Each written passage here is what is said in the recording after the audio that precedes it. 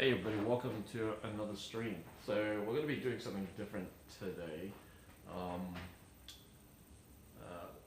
for those who are attending to see Chainmail stuff, we'll get into that. But I want to crack into, quite literally, this box that I bought. So it's supposed to be a jewelry box, but I've already started destroying it. It is just a box a craft box you can get from Bunnings.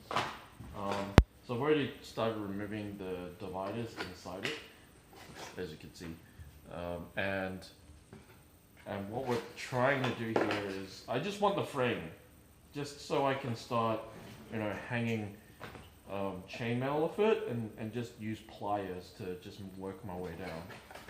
So yeah, we're going to be destroying this box. Not sure if we want to keep the glass pane in there either. So yeah, that's what we're doing today. I have plans for this box. I just want the frame so I can put in a whole bunch of hooks. I trust me, it makes sense in my head. So we'll just crack into it. Y'all can wait, this is the stuff right here.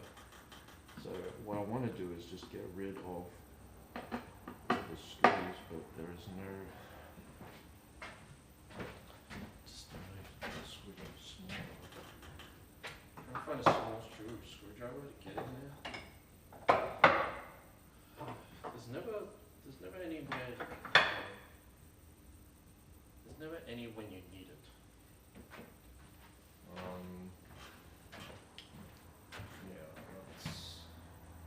That's great. Okay. I think there is another screwdriver downstairs that I can take advantage of. It's just never here. It's just not here.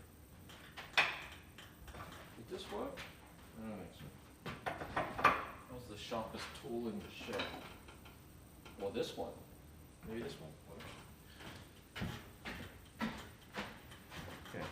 So I want to remove all the fixtures. Hey, it works. Just remove all the fixtures because we don't really need this box to be a box. So this is the hinge we're removing right now.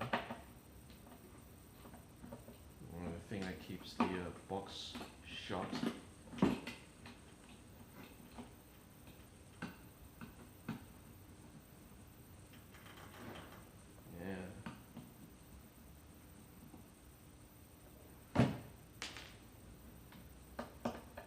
I don't know if we want to ever keep the hinge.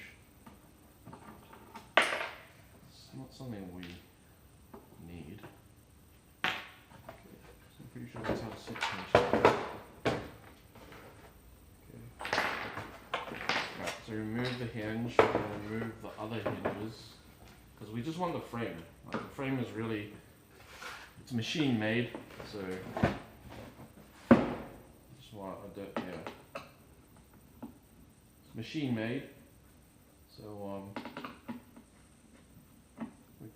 we save a lot of work in making a frame ourselves. I really wanted to be lazy and not make my own frame to do the thing. So instead, I'll scrap something else,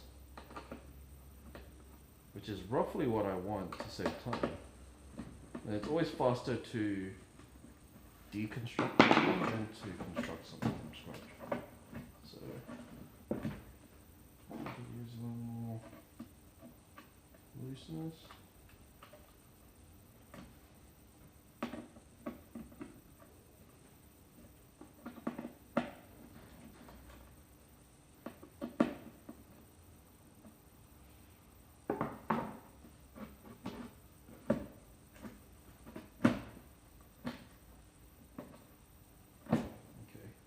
Well, that's loose. Maybe I should just, don't really need hinges right now, so maybe I should just throw it all away. Okay, so that's, I believe this is glass. Feels like glass.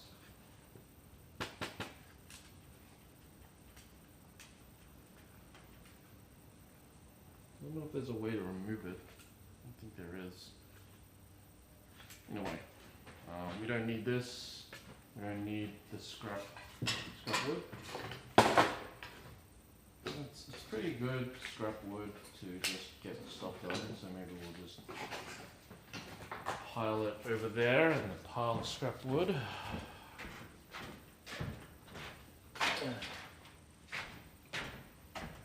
And this pane, I don't really need anymore.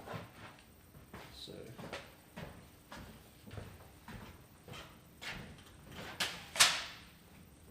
Alright, so all we have is an empty box. Still pretty good as a box, but there's this thin bottom that we don't really need. And I think it's glued on for the most part, so this thin bottom.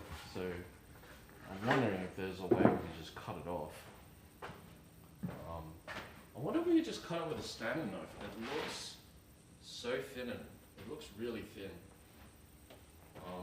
To just cut with a Stanley knife. So.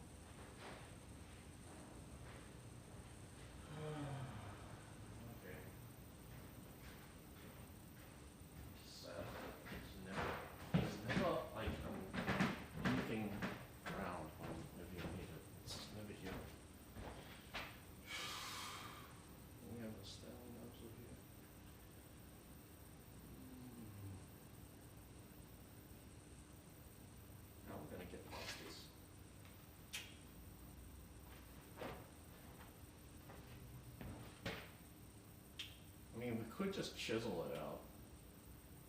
That's messy, but it'll work. Right. We don't have a choice. Okay, maybe we'll just go ahead and chisel it out. Use this sharp thing. Like a decent bit of scrap.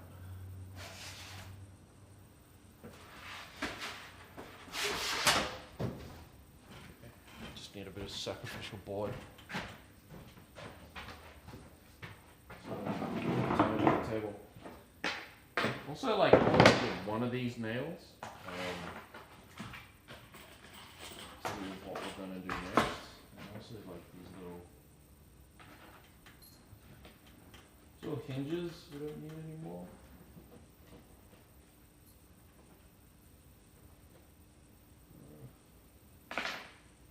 Could just throw it away. Okay, so we have a box. As always, we have a box. Alright, I'm gonna just chisel these out. It's not pretty, but we don't have an alternative.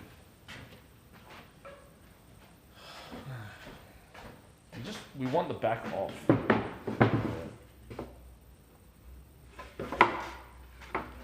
Could actually chisel and lever the back off. Could do that. Ooh, actually, I think it might actually peel, so maybe that's worth doing. The glue isn't very strong, so maybe chisel it off the right way. And I don't want to damage the frame because we want the frame, but the bottom can go away. So we're trying to be very careful to not damage the frame whilst doing this.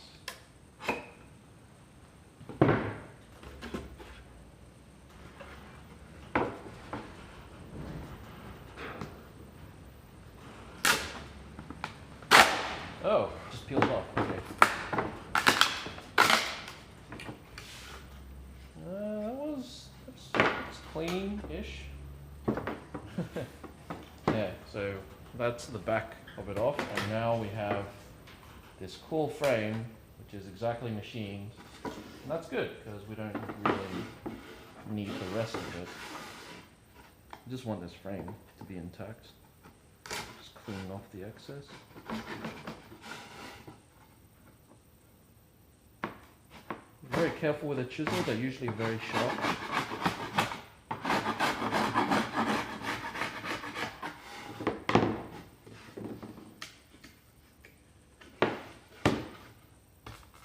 The other way to do this is to sand it off, which is probably safer.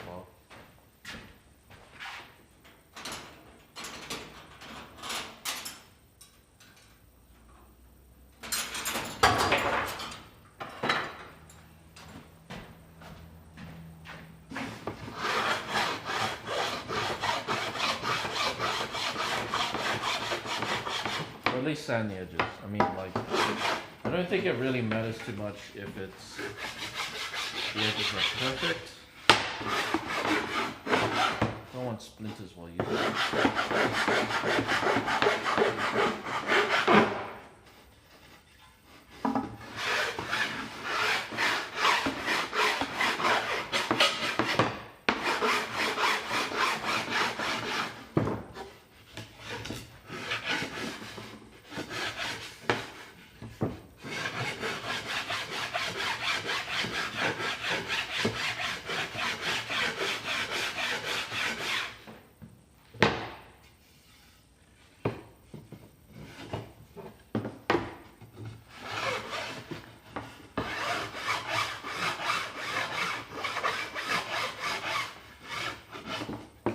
So we have our box, and some more scrap wood, which is fine. We don't. It's good that we got it on one piece. It's kind of damaged, but we'll turn it in a picture frame maybe. Okay, so this thing. I wonder. I swear I had like hooks I could use. Yeah, these things.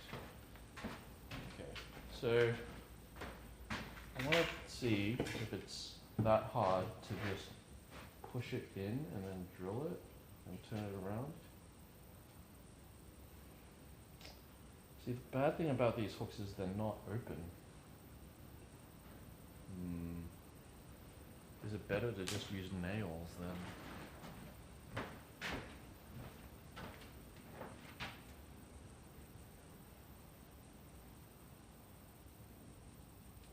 We could open up the hooks, so it's not hard. Get some pliers, which we have. For every little hook that we put on there, we'll have to open with our bare hands like men. Which is probably what we're going to do. So we just need these hooks open, or we could cut them. But we could also open them.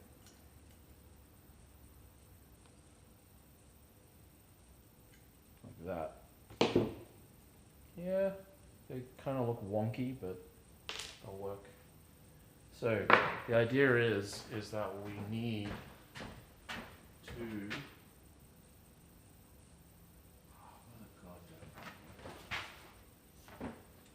Just need to measure this out. And what is the ideal length for? What's the ideal length for these hooks? Because so essentially this is a frame that is going to help us. Like, it can stand on its own, which is good. You may want to put some weights here later if it's kind of shit, or even grip it, like with some clamps over there.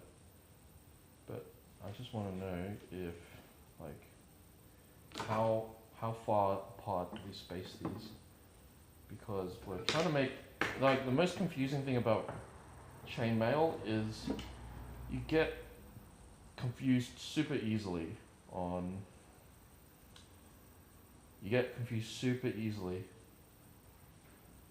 like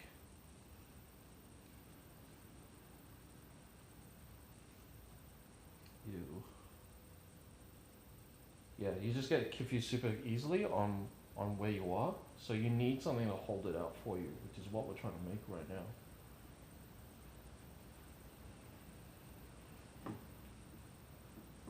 Seems to me that this is about.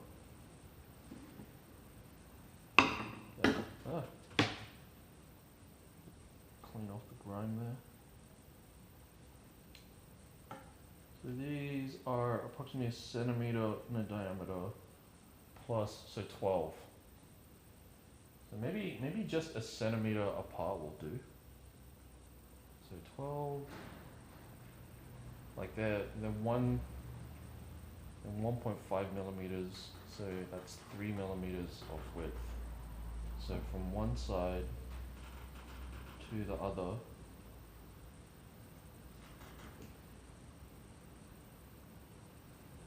the other diameter is like 13, which is a really odd. It's really odd. But anyway, so it's every 13 millimeters. You want to make a mark, and every 13. So let's just get the measurement of this. Let's start on 100. And it looks like this is 60 centimeters, 60 millimeters tall. So if it's 60 millimeters tall, half of that is 130. You want it in the middle for maximum balance. Mark out like 30 mils.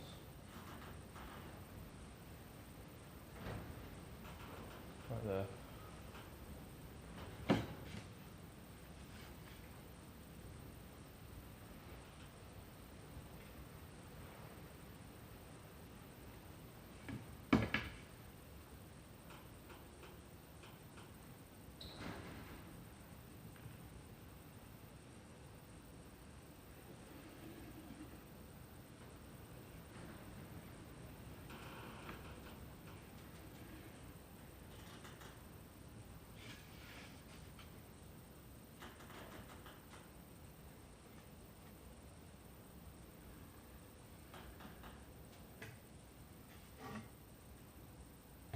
Awesome. Alright. So 13 mils starting here. So right there.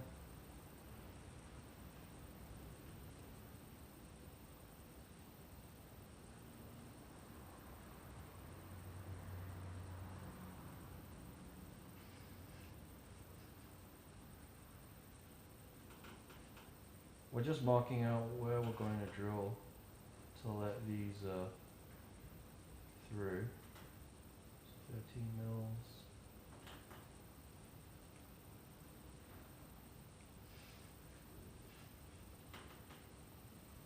13, 26, 26, 13, 26, 39,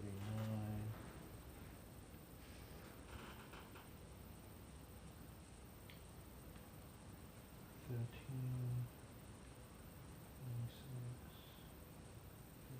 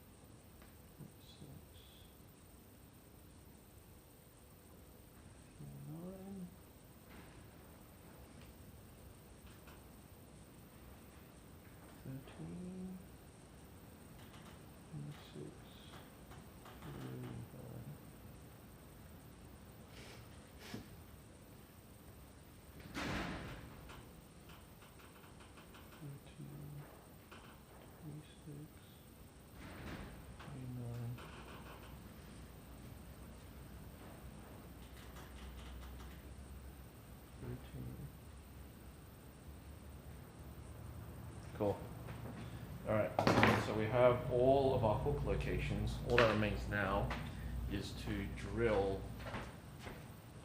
a good amount.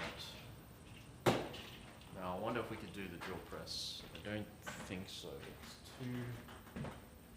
too high up, so I'm gonna have to do this manually. And I wonder.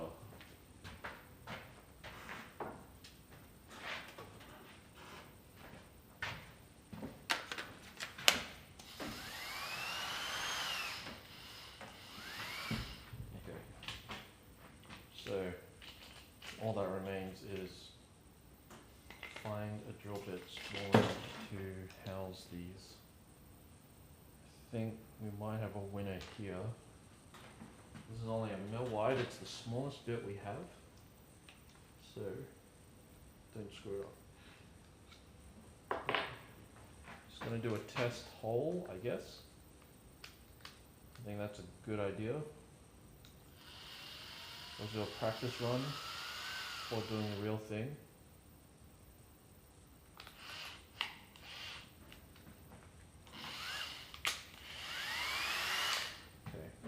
And just do this. I'll do this. This is a bit practice. So what?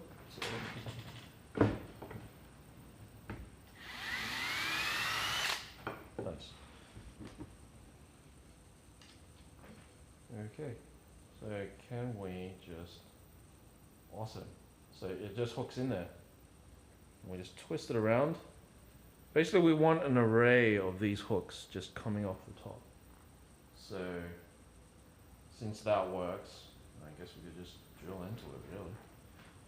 So,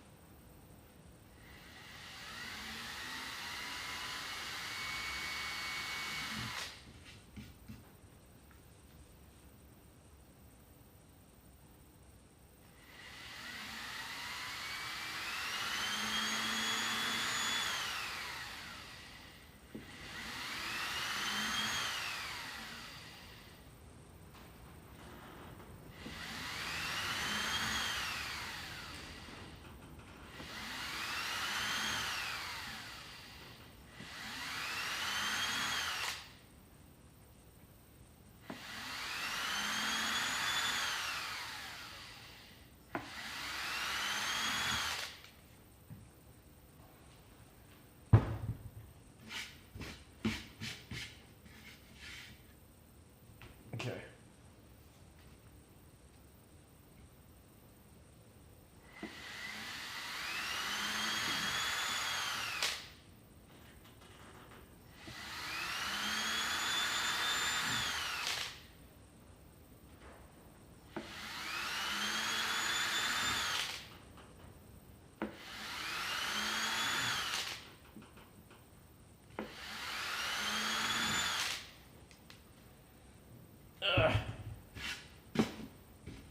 I'm just taking a break because I can't actually hold the drill up for that long. So we're making a series of holes so I can finally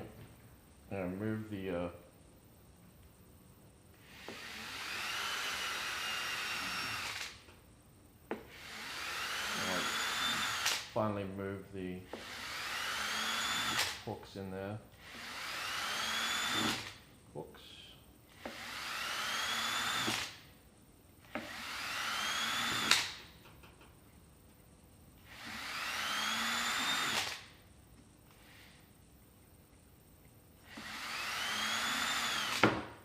Okay. Whoa.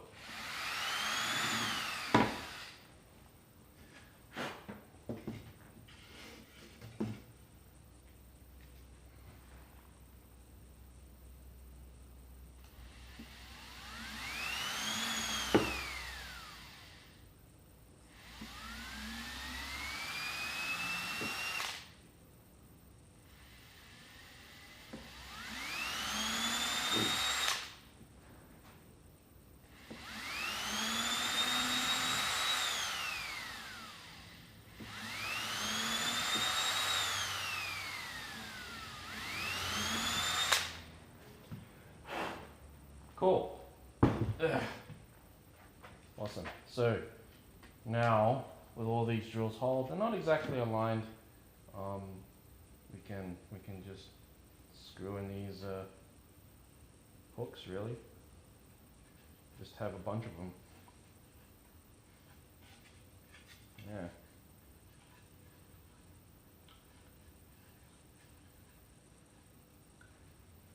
Cool. So that's how it's going to look. We just want hooks. Hooks as far as the eye can see. So we can just basically hang like these rings on them. Like that. Okay, so this is going to be our chainmail jig. Now it's just a matter of opening these up. We have a whole bunch of hooks here. They're not open, so we're going to have to open them one by one and put them in, basically. So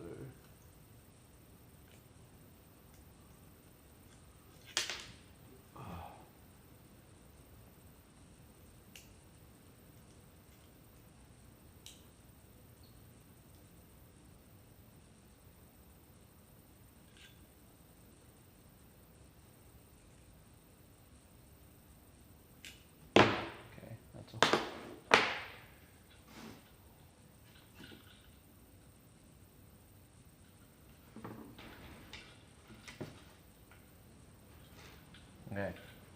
Perhaps we should not do it upside down, but right way up first.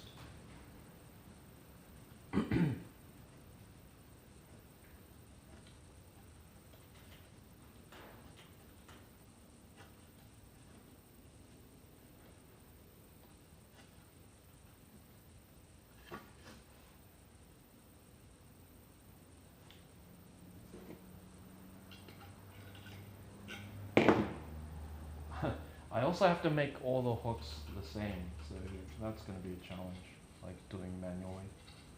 So obviously this hook is not the same as that one. It'll be harder to use if they're not the same. So I think I want my hooks to look like that, so I want to mimic this style. So it's just metal. Okay, so it's going to be like that. This needs to be bent more.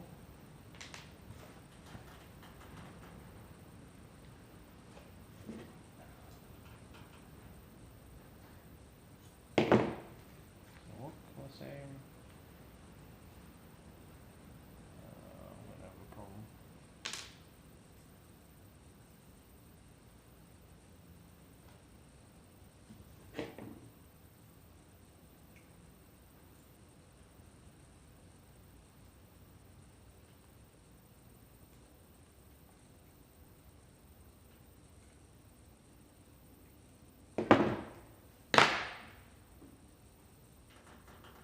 Okay, that's pretty small.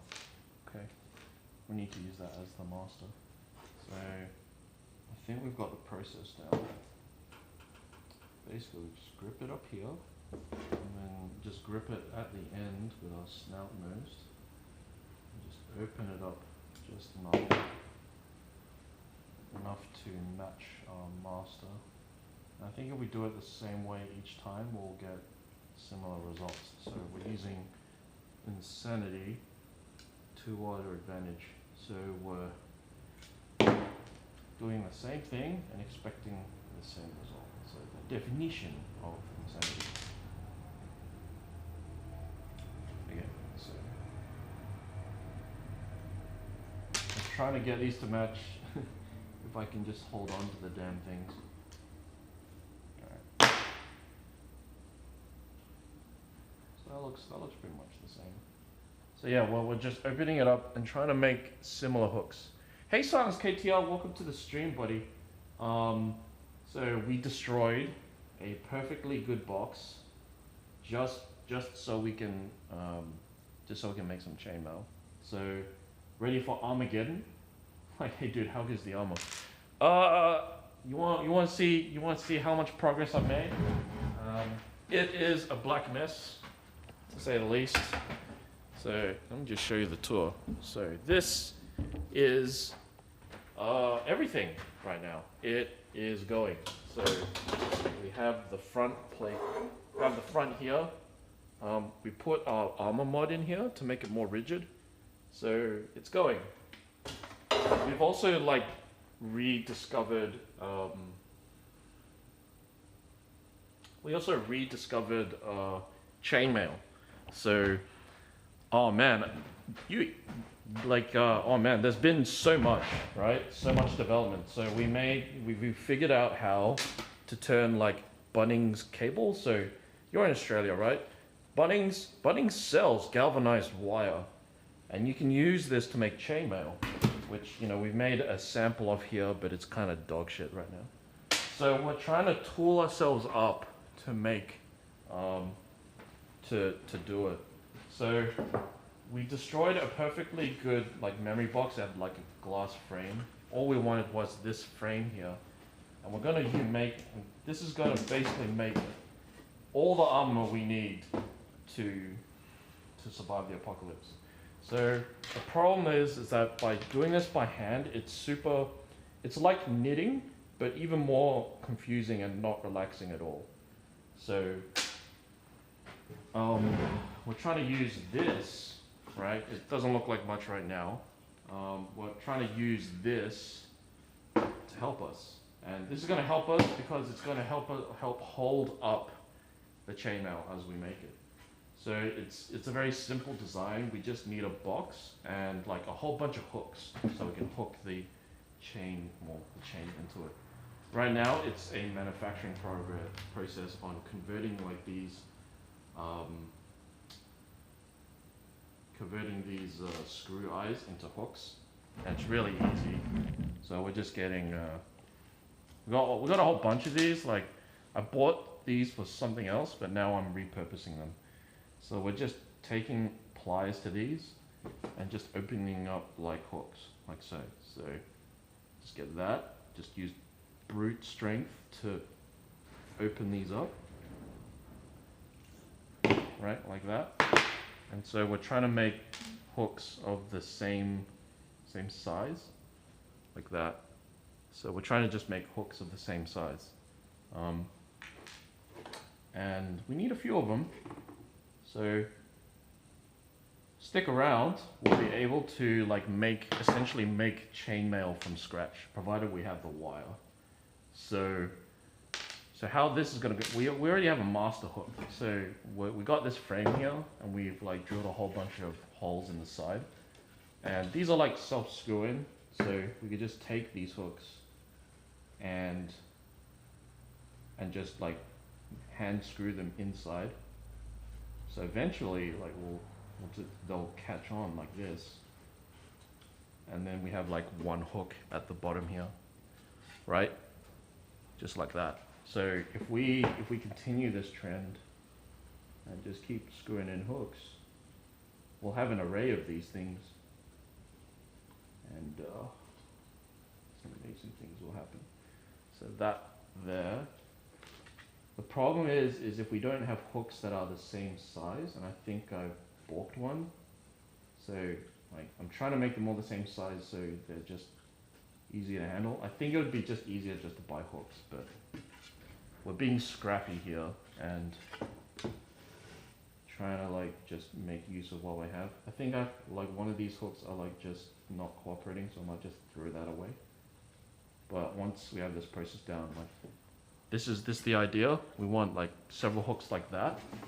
So we can get, basically if we want to make chainmail, right, we would hang out the start of the mail. So this is like going to be called 6-in-1. So each main ring will be like attached to, six interlinkages. So you can see the pattern forming there by just the 3 hooks we have. And so if we want to attach new ones, we can just get wires like this, and then just pick where we want to attach this ring, select our place, and then just close up the gap like so. So we just want, just for example, we just want to attach the bottom. So we just want to link that there, and then close that gap. And then now we have a link at that end. So this is the idea. We want to finish it so we have like this entire frame to work with, so we could just slowly weave out our armor without having to like, because if without this, right, it's super hard. So like you're trying to figure out, all right, which ring do I need to like attach to, and then close up another ring in it, and then you kind of get you're fiddling around, and then as soon as you like let go, because it moves, and you quickly lose your place, and that's how we end up with like really shit. I tried doing it by hand last time and I had so much trouble because all the rings look the same, and as soon as you like jostle your hand, you have no idea where you are. So it's so important to have like a jig like that so it holds it up for you and you know where you are in the interlinkages. So I have no idea how my friend did it without any kind of like rig like that. So yeah, that's the trouble. That's like a problem I've never thought I'd had to solve. You know, like a problem I never had to solve. So yeah. So this is where we are. We're doing this today. Oh yeah, and we've actually made like a tiny little machine that churns out these like little links. So do you want to see that, or you rather just like hang out and chill out, and we'll just keep making hooks? Do you want to see chainmail made from scratch? It's no problem. Oh man, okay, so you may not know this, so some big news, right? So my teacher, I do martial arts on the side to keep fit, not so much anymore because of the virus, but my martial arts teacher is also like a wholesaler for like samurai armor. So it's not combat ready samurai armor, it's like display samurai armor. So he's like a wholesaler, and he's like getting out of the business, or rather he still has contacts in the business, and from time to time gets like stock, right? Just suits of full samurai armor. So one day he says to me, "Hey man, I've been watching, you know, your Facebook updates and stuff, and you know you're repairing and making armor. So why don't you? I never have the time to repair these suits of armor that I get returned to me. So how about you just take this entire suit of armor and just take it. So now I have like a full set of samurai armor that, quite frankly, is pretty much close to complete. We just have to figure out how we want to restore it. So I have this full suit of armor in my car, and I don't feel proud wearing it outside because it's so damaged. Because the story behind this armor is that they did it, even though it's dress armor, they thought it would be like a cool YouTube video to like test how much it would protect you, right? So they got literal katanas and started bashing the shit out of it. So I have this beaten up piece of like suit of armor in my car, and I said, you know, this damage is actually quite minor, and you know it looks really ugly and stuff, but it looks like the repair is super easy to do. So it's going to be way faster than you know making armor from scratch, which is what I'm doing over there. But that's not to say I'm going to throw that armor away. I'm going to build that out anyway, because the suit of armor I have that needs to be restored and fixed, that is a dress armor. So it's used for conventions. You can wear it and it'll be comfortable to wear. Whereas that armor I'm building over there is built for combat, like built to spec, so I can participate in full combat sports. So yeah, so that's the big news, right? For some reason, out of sheer coincidence, my teacher has given me like a full set of samurai armor to repair and to keep. So as long as I repair, I can do whatever I want with it. which is why now like we're here, right? Because instead of like building out that armor, and that's going to be a long-term project to finish, we're going to repair that armor as best as we can, so we can just go to conventions and stuff in it. Well, like in my mind, like there's not many uses for like a full set of armor, but there is always a use for a good costume, and so I will take that on. I'm gonna repair it. We'll see what happens, but it will look pretty smick. So yeah, that's the story, and then now we're here. We're trying to like tool up for this repair job. So we took like there's these things at Bunnings called like memory boxes. If you go to the craft section, you can get like these pre-made boxes that aren't treated, and supposedly I think people varnish them or whatever. So I bought one of these, right? $30 gets me one of these. It has like glass pane and stuff. So I got one of these, and I just want the frame so I could drill into it like I've done, and then do these hooks. So I'm converting this box into like a chainmail jig, so we can like do fancy Japanese chainmail. It's never a problem I thought I'd solve this year, but chainmail is like super easy. It just takes heaps long to complete.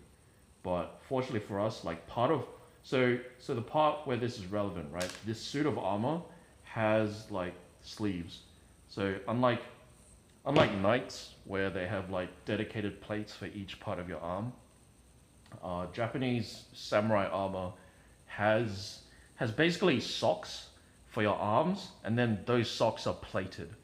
So it's sort of like someone cut off a sleeve of your shirt, and then cut it flat, and then that's like your wrapping. So it's like a sleeve cut in half, so it's like flat, and then you have like shoelaces or whatever, like binding the rest of it so you can pull it tight. So it's like an arm sock, but the arm sock is like plated.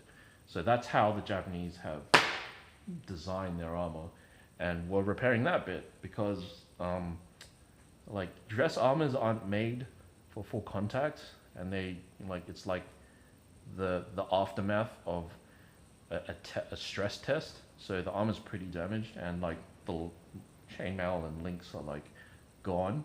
So so this job is to tool up to repair the sleeves of that armor. It's to repair the sleeves of that armor with actual chainmail. So we're not going for the cheap shit here, right? So we're not going for the cheap shit. This is 1.57 millimeters of diameter wire, galvanized steel. You want to go galvanized so it doesn't rust. So this is 1.57 mils, which is effectively 16 gauge, which is enough to protect you from slashing weapons. In fact, that is the thickness of that armor over there, but that armor is like pure plates. So technically this will qualify as real armor when we need it. Yeah, so I am I'm not actually that kind of engineer. I just think like I am a software engineer by trade, and that is my day job. I'm a programmer, but like, I don't know if that helps, but if really it's, I think I would say that I would use the same process to learn how to do things. Like if I don't know how to do a problem in programming, you just Google a lot of stuff. There's a lot of stuff you can learn on Google. Like Google has like a lot of information, but this time around I've just contacted friends.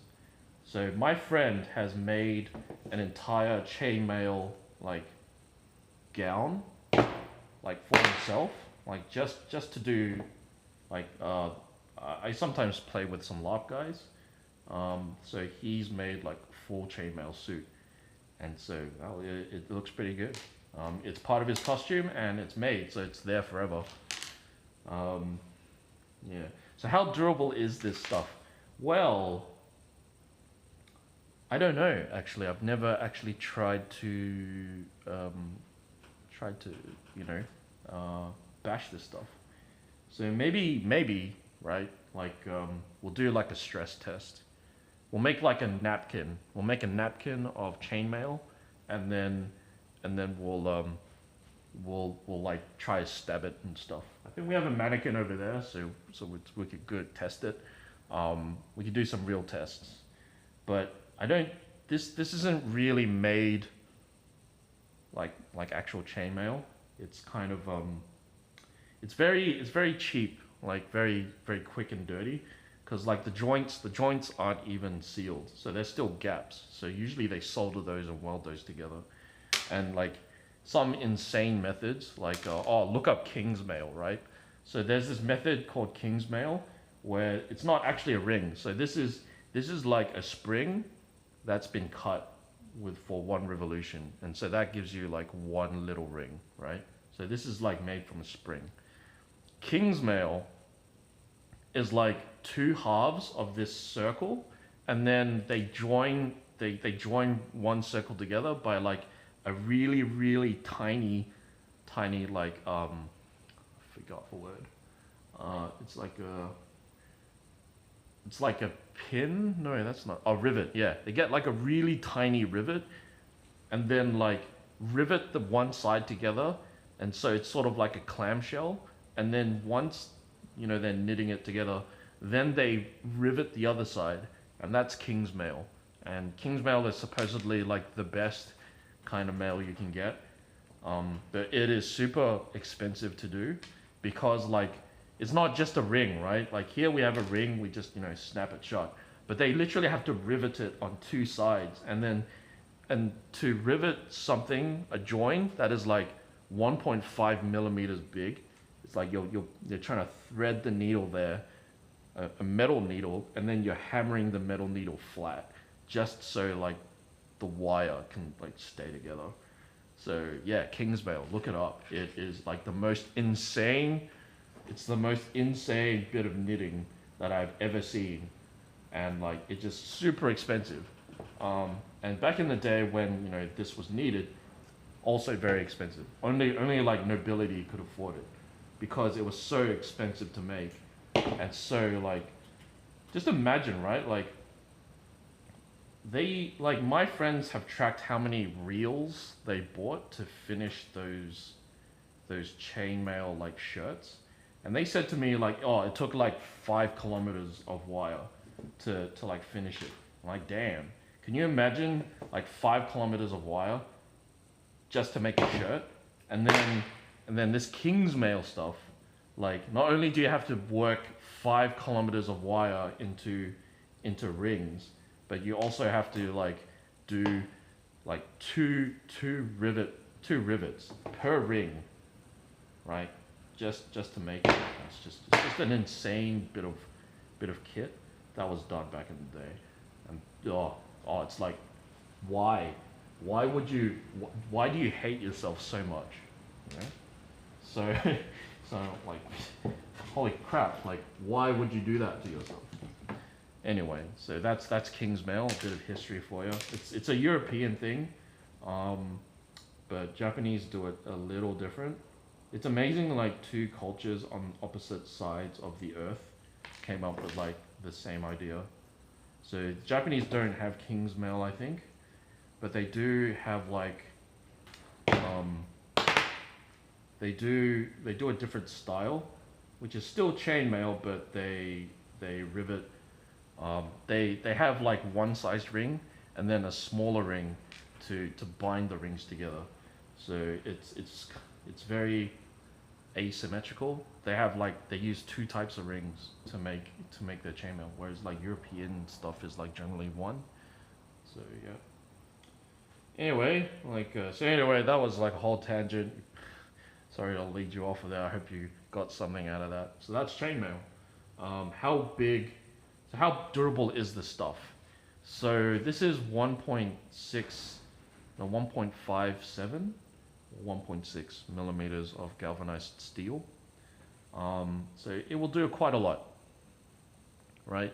But realize that chainmail is only good for slashing weapons. So any knife cuts, any katana cuts, cutting type attacks, chainmail will like generally protect you.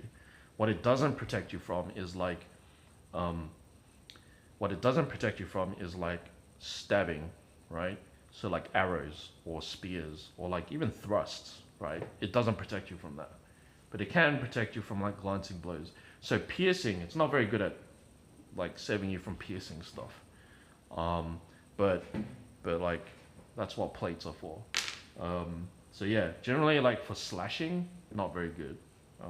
Well, for slashing it's pretty good. For piercing, not very good. So yeah, generally that's what I've read. But you know, we could organize a session where we just test this stuff and see how much it will actually protect you. So I don't mind doing that at some point. But for now, we should just make these rings. So how big would I be making it? I'm making only like a sleeve. And we're not going to just do it by like 4-in-1, which is like the standard to stereotypical like cross. So like, you know, you have a ring and then you have like four rings that cross out of it into other rings. That's like your standard weave. No, we're going like 6. We're going like 6-in-1, dude. So to easily explain it, we're gonna have like rings in like a honeycomb type fashion. So you have 1 ring in the center and then 6 on the outside.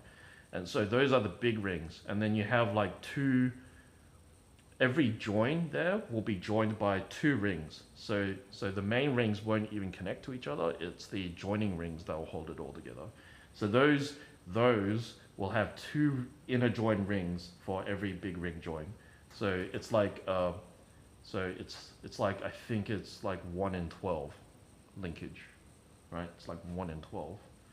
Cause like I just want to hurt myself and, you know, never finish. So that's why I chose to do it. Also, like, I want to do the fancy like I want to do the fancy Japanese hexagon plates. Oh man, so like out of all the stuff I've seen, like in chainmail, only Japan has hexagon plates, right? Only Japan has hexagon plates. Like, I haven't done very good research, but I've only seen hexagon plates done by Japanese, and I think they look pretty cool because they look like a Gundam, right? Hexagon plates, dude. Hexagon plates. It's all about dem hex plates. None of this like square plates, hex plates, like hexagons. And so we're not only just doing chainmail. I'm planning to augment the pattern by having like a pattern of hex plates that go over the top. So you know, double protection, right? So what does protect you from stabbing weapons is the plates.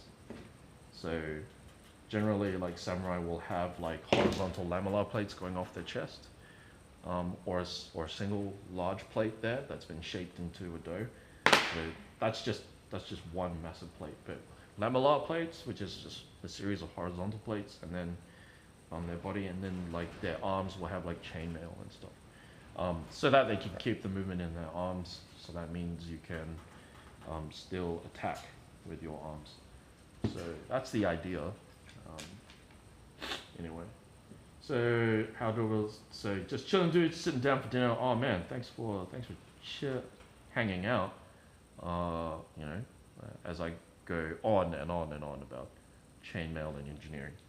So like everyone here at the space is like doing high tech stuff. I'm going for like low tech stuff. So because, you know, I think like low tech, pretty awesome, very simple to understand, hard to get wrong. You know, so that's what we're doing.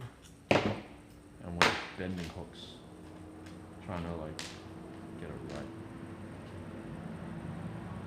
So what if alright, so when we need it, not when we need it, not if. Oh, when you need it. So yeah, what do you mean? Are you fully into, you know, the end of the world culture? Do you think like coronavirus is like the start of Resident Evil 3 and it's the T virus waiting to happen? Right? Do you think we're already there? Do you think we're already in the corona? Like zombies are coming out, man? Is that the idea? Is that where you're coming from? You totally buy into the whole world, end of the world ending? No more streams. Playing Left 4 Dead for real. That's like the next installment of the game. Left 4 Dead for reals with a Z. Oh man, and then you run your stream. It's like, hey guys, just out here in the sticks. We escaped level 1, which is downtown Canberra or wherever. We witnessed ScoMo getting eaten by a horde of zombies, otherwise known as doll bludgers. and now we've escaped the city limits and we're trying to find food. Hopefully, like for 10 subs, I'll drink my own piss again or something. Is that the game plan here? Is that the game plan? And not when, if. So I guess maybe that's the game plan, and then you're still running a stream in the middle of the zombie apocalypse. Yeah. I think humans lying are what will end this world. Maybe. So if you were to weave, what if you were to weave it like, so you're talking about just getting the rods and then just weaving it in a mat, and then that's our armor. I think there are armors like that out there, but it's like it'll be really inflexible, if you know what I mean. Like it'll be a mat. It'll be just like and plus weaving is super hard with metal. I'm pretty sure that there are armors like that out there. I mean, I've only seen like video game concepts, like Geralt. His standard opening armor just has those mats of. It looks like chainmail to me, but it could be woven. I've never seen like any armors that have ever been like they just made a whole ton of wire and then just knitted it together. It's not like, and it's hard to knit, right? Because it's not like you see like this granny on a bench or something having like a yarn ball, which is actually galvanized steel and like really massive buffy arms with like tungsten needles, and she's just like easily knitting like a scarf, a metal scarf, right? It's not like we see that. So yeah, like I've never seen that done, and I don't know if I really don't know if they ever had like reels and reels of metal back in the day. And by the time we were able to make reels and reels of like wire, like maybe we didn't need like armored wire anymore. So I've never seen armor like that. So what if we wove it? And like why didn't history produce such an armor? Personally, I think it would be so expensive to make the wire in the first place, and that's why it never happened. So it could work, right? Like I think if we wove it, it would probably work, but it would work similar to chainmail in the sense that it would be less, I imagine it would be less flexible than chainmail. I imagine it would be less flexible than chainmail because like the links can make it crush like itself into like a tiny little thing, right? Because the links are independent from each other, but with a weave, that's like a whole structure. So it's possible to do a weave, right? I'm pretty sure it's possible, but it will be pretty much the same as like chainmail, I think. But chainmail is more flexible, so it might have less advantages than chainmail. Because chainmail is meant to be flexible, so you can move your arms and whatnot.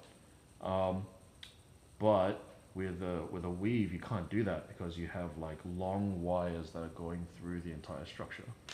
So it would be somewhere between chainmail and plate mail, but plate mail can protect you from piercing attacks, whereas chainmail, and I suspect this weave can't, because like the point will find a gap, right? And that's what all chainmail is. Chainmail is just a whole bunch of rings, so it's So it's a gap, right? You can get a finger and like pierce chainmail with a finger, right? So it's not going to be that hard for a spear or like a bullet or a knife to find a gap, and then it's just going to drive in there and drive the rings apart. So like in a weave, right? That's going to be pretty much the same thing. So I know you could have like a crosshatch, so strands going through the side and going up and down, but it's pretty much the same thing if you just go bang and just like push those threads apart. So I imagine it'll be just like chainmail, really. But the question is, like, why didn't humanity ever produce such a armor? So my thinking is it might have been too expensive to create wire in the first place. So it was fine to make chainmail because you could just take a nail, right? You could take a nail and then you bend it around like a bar or something, and then you have a link. So it wouldn't be that hard to do that. I wonder if we have enough hooks. We'll just go and start putting them in.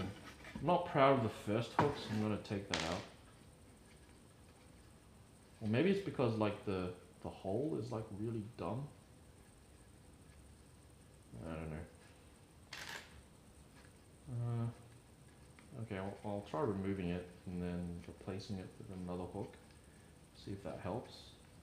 Otherwise we could just like compensate, and then we can compensate and like bend the hook into the right position even though like the drill hole is slanted. Because that's the thing when we're like drilling holes. Oh, looks fine. Alright, so I guess it was the hook that was dodgy. Right, so we're just gonna add some more hooks here.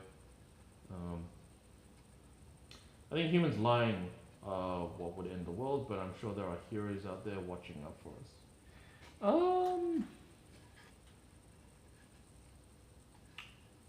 Yeah, to some extent I agree, but I think it's a collective responsibility.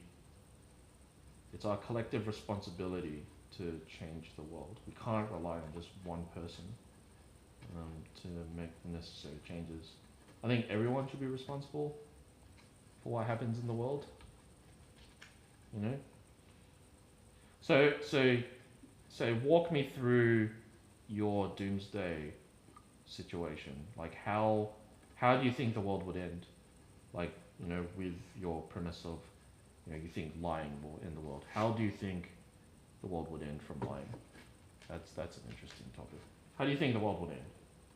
Like without lying? Because I'm curious to see like how you think the world would end by lying.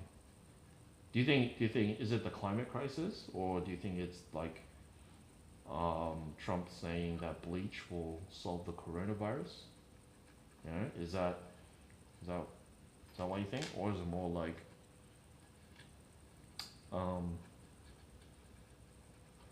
or is it like the climate crisis where deniers will win and policies that favor deniers will come true? Is that something, or that is a bit too short? Let me just open it up like this. Just grab it here, and then boom.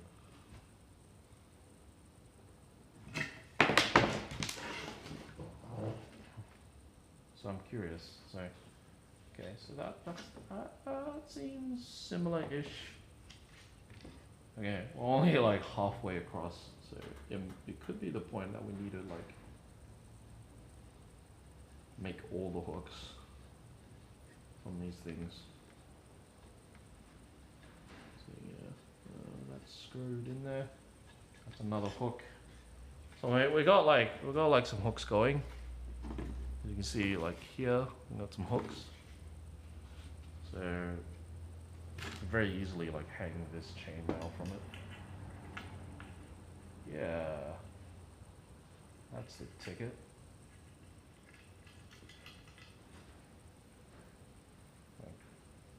Man, I have to start again though, but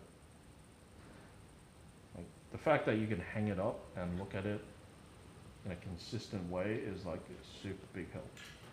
So right there is our chainmail at the start. So, so many more hooks to go. So I'm just gonna empty out the box.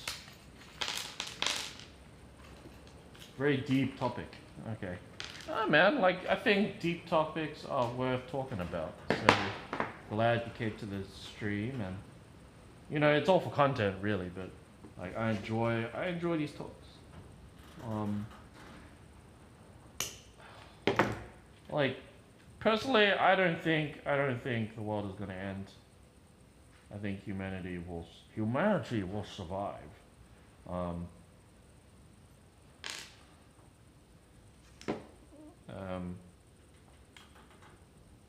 but yeah, I'm prepared for the. I'm not. I don't know. I think it will take like a lot of adjustment, but I wouldn't do that badly. Well, actually, like if an apocalypse happened, everyone's gonna be like in the shit. You know what I mean? Like, first things first. How are you gonna survive the day? Which is like, you know, food and water. Like, how are you gonna do those things?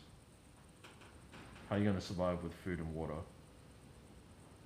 That's the immediate concern. Because, you know, like, what are you gonna do, right?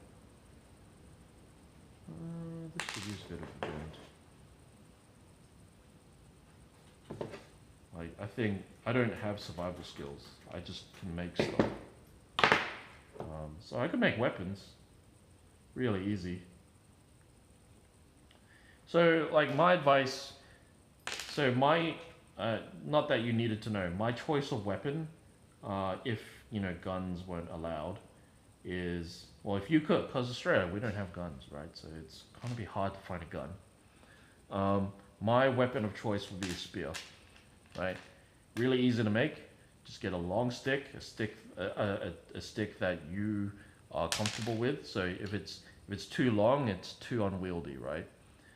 If it's too short, you risk putting yourself in danger. So my weapon of choice would be a spear. If we're ever in that situation. I don't know. What's your weapon of choice? If you were suddenly put in like a survival situation where like you don't have a group of people, what is your weapon of choice? That's an easier question to answer. All right, so it would be easier if you weren't typing. All right, so let me try and catch up. No, I think it'll have to do with humans reaching too far, doing something that they think and will tell everyone will help save enhance life, but in reality affects that will be our greatest challenge. Right, so like, are you saying like fossil fuels and the Industrial Revolution? Is that something, so climate change, is that essentially what you're touching on there? Would be easier if I was a, change the subject, how's self-ISO going for you, dude? You still working? Well, I'm doing software engineering, so I can work from home, and work hasn't stopped for me. It's like hasn't skipped a beat. I'm just still doing the Monday to Friday, so I'm doing all right, dude. How are you? How's your work? Like, I don't actually know what you do for work. Has that stopped? Are you like on the dole now? Is that where you are? How are you? Are you stressed out? Because, like, I feel for you, bud. Not that I'm in that position, but I still empathize with that. Reminds me of my Tokyo days, where I didn't know if I was gonna eat that day. That's a horrible feeling to realize. Like, just not being guaranteed to eat at the end of the day, right? It's just the worst feeling ever. I think the human race will become extinct will be a biggest challenge. Oh, see previous message.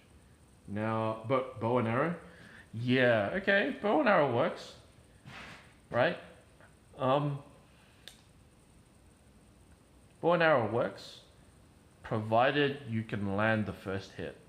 And then I imagine like reloading will be a problem, right? So that's my problem with bow and arrows. First you have to hit it, right? And you got to make sure that hit's lethal. So, right? So which means you also need a bow that has significant power to like go through whatever armor the person is wearing. If they're wearing armor. If they're not wearing armor, then you got to hit the right vital point so that they bleed out in 3 seconds, right? And there are a couple of spots where this can happen. So you get them through the neck, right? You pierce their artery, like the jugular, and they bleed out in 3 seconds. The other one is that you get the arrow through their leg, cutting the femoral artery, which is like the biggest vein that supplies blood to your legs. So not only can they not run after you, but they will also bleed out in 3 seconds if they don't patch it up, right?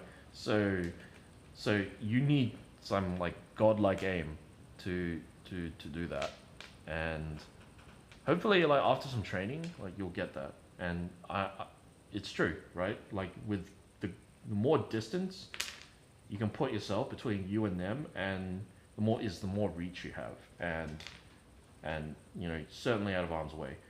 But you're ammo hungry, so if you run out of arrows, you're kind of done. And if you miss, you're also done. If it's one-on-one and you miss, and they know you're there, they'll be running at you, right? How much calm and composure can you muster to calmly take out the next arrow and place the next shot? So good luck to you with a bow and arrow. I mean, I would have a bow and arrow, but then like when brass tacks comes down, you need like a secondary, and my secondary would be a spear. Lots of people, like back in the day, like warrior class, they would either use a bow as their primary, and then like a katana as their secondary, or a spear as their primary. So bow and arrow. I would never stop working. I would never stop working. I believe you start aging when you stop working. Really? So what do you do for work, man? What do you do for work? I wouldn't be hunting people. Well, sure, you want to be hunting people, but like as it's like a weapon of choice, right? Like survival. I guess I did say survival weapon, right? But you also have to consider that when things are desperate, like humans are not going to be kind to each other. So consider that. So in an apocalypse where everyone might be hostile towards each other, would you also like versing humans? Would you also still use a bow and arrow? I would use it to hunt animals if I had to. If I had to. What do you mean if you had to? Right? You'll have to, right? Like what else? How are you going to survive if you're not going to hunt, right? How are you going to survive? Like what's your plan? Do you have a plan? Right. So alright. Let's just say, you know, coronavirus takes a turn for the worse. Starts making people hostile. Right? You know, basically you're effectively turning them into zombies. They're not dead, but they're hostile and they lose their minds. It could happen. What is your plan of attack to get out? Well, what is your plan of attack to survive? Right? Wherever you are right now, that's your spawn point. How are you gonna play this new game of how are you gonna start this game of Left 4 Dead for reals? Left 4 Dead for reals. That's a cool name.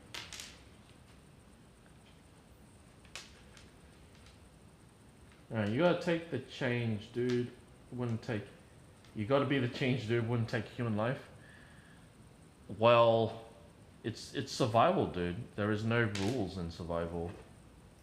You know? Like, an attitude like that could very much well kill you. If you can't take a human life, they'll take yours. I mean, when it's down to brass tacks and it's you versus them, Are you're just you're gonna not play the game and just die? Is that the plan?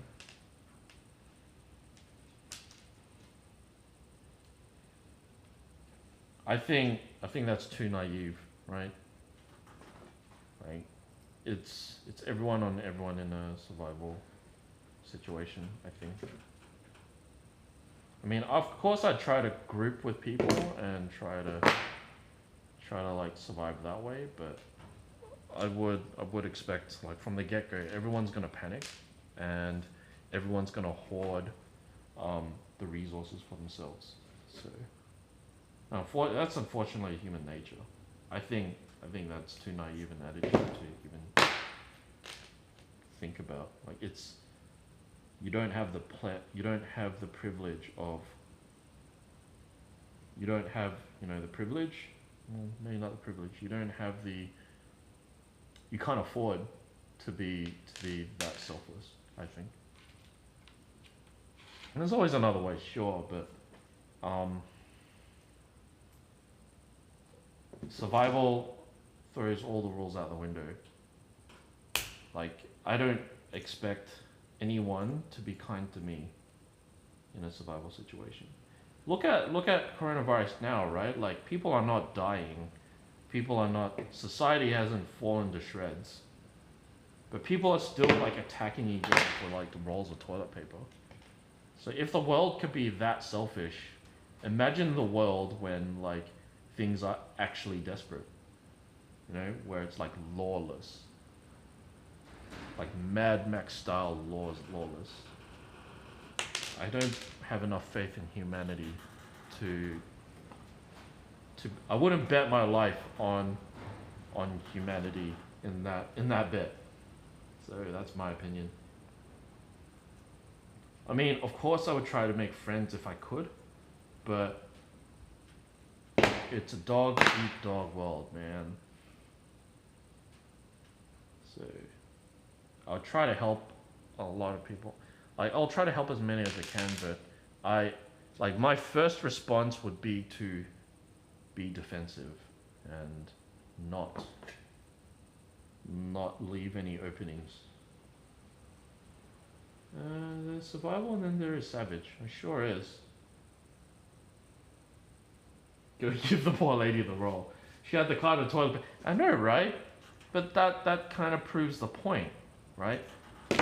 It's like, if that is enough for people to abandon their moral values, then I expect there to be, like, literally none when the apocalypse rolls around, I hope that there will be a pocket of society that survives, has, like, their societal, like, civilized city, and then I can just move there and survive there. But if everything goes to shit, then I have to start thinking about survival myself. And unfortunately, that's going to be a very selfish plan. To be honest, it's going to be a very selfish plan. I mean, friends and family does come first, but, like, I can't guarantee people's safety out there, and I can't guarantee that people will be nice to you.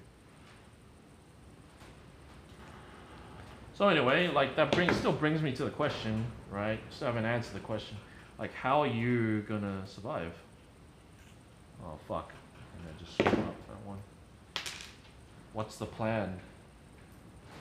Where, like, you're in the zone now. We haven't even discussed strategy. How would you get out? How would you survive? What's your plan of attack here? Right, in this apocalypse. Alright, bow and arrow. It's a good choice, but it's ammo hungry. People are not me, dude. I am me, and I know what I can manage. You also gotta think about others. People are not you, but you are people, aren't you? You're just a person. Why would you be alone in a big world battle? True. However, like, you will also be unnoticed, right? And you don't have to So how would you still haven't answered the question? How would you survive? What's your plan? Right. So if you're suddenly in an apocalypse, what's the plan? It's got to be a plan.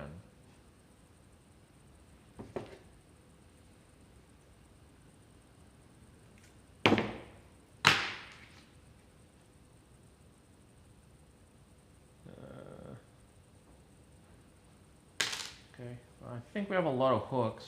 I'm not sure if it's enough though. We'll give it a shot. Might have to salvage that hook we did earlier.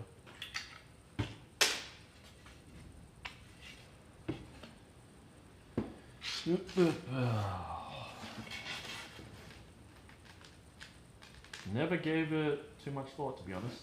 I saw a few episodes of Doomsday Preppers, so I think I have an idea of what to do.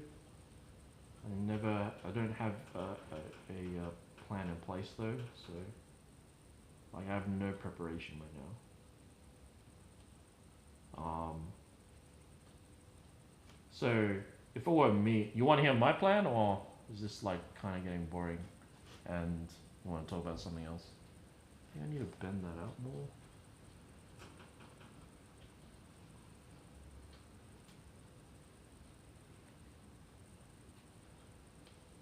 Yep, just gonna bend that out.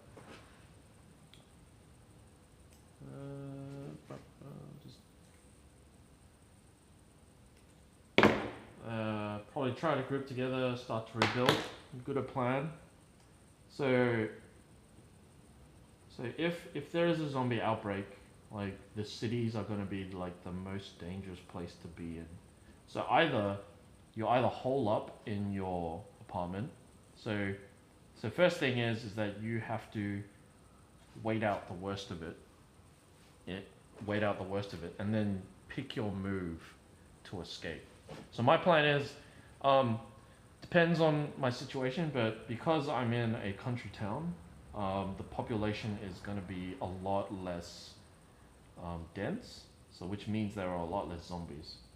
So I think, assuming I don't have anything, I would try and like pillage some form of supplies, like gather some supplies and then make my way out of the city.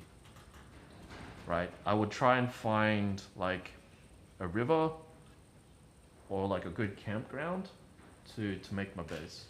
And it would have to be somewhere far away from the city. So I would do that. And then I would try and put foraging to the test. So I would try to make basically a small sustenance farm by gathering berries and crops so that I could like feed myself and probably base myself around a river so there's fresh running water. So once I have those basics set up, then I would try and maybe I'd find survivors, maybe I'd make trips to the city just to see if I can like scavenge more stuff for my survival. But yeah, that's the plan. First plan is to escape or wait out the worst so that everything's abandoned and all the hordes have moved on and all the people have run away. Like wait out the worst, like in my apartment, just bunker up, and then carefully make my way out of the city, and then try to find those areas that I mentioned. So just go camping. And then once I figured out how to survive by my own, then I can maybe like look to help other people. But the priority number one is me. And if I can, because if I can't help myself, I can't help other people. So yeah, that's my plan. All right. I'd love to hear your plan. I'm gonna bail out, dude. Oh man, why did I go through the plan? About to jump online myself. Okay, cool. I might see you later. Jump on back to the next one. Nice. Enjoyed the stay, dude. Keep up the work. Looking forward to seeing the result of the channel. Yeah, no problem, bud. Good to hear from you, bud. See you in your stream.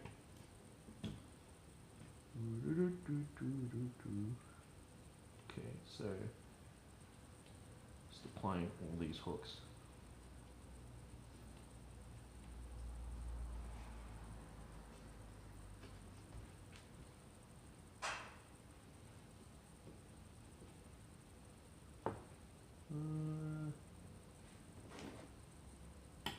All not made the same.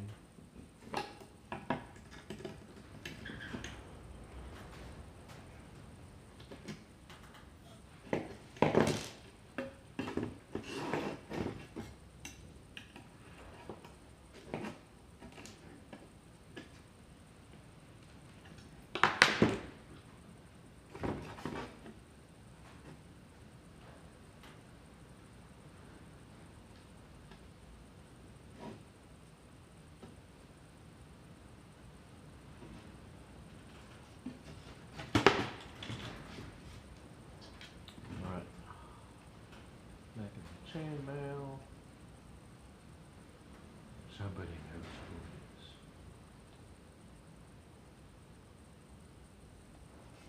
Where's it?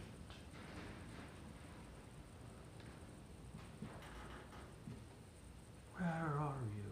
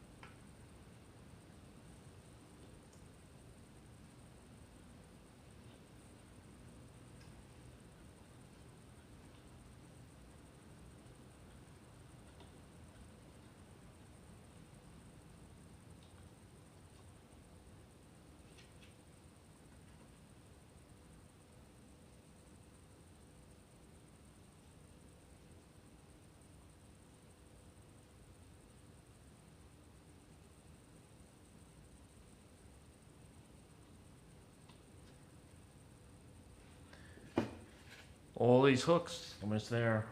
I mean, we probably don't need these many hooks to do the chainmail, but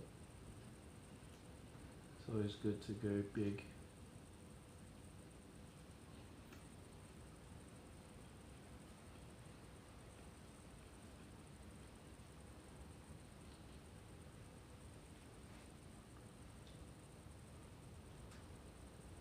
Almost there. We got like a lot more hooks to go.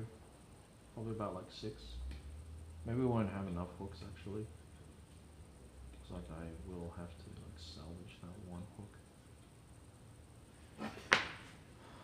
They look kind of similar. Maybe.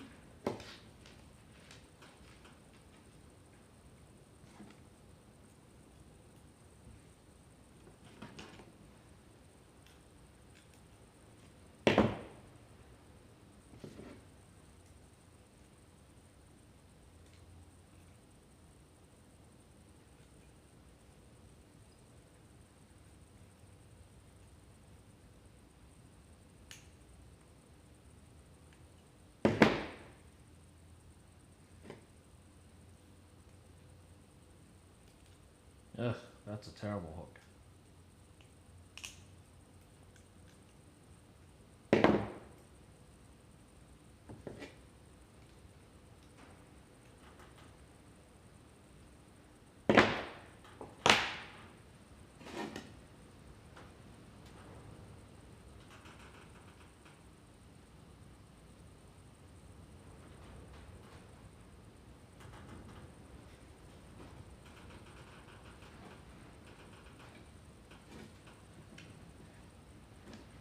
Okay, we only have 2 hooks left, so don't actually have enough. That's fine.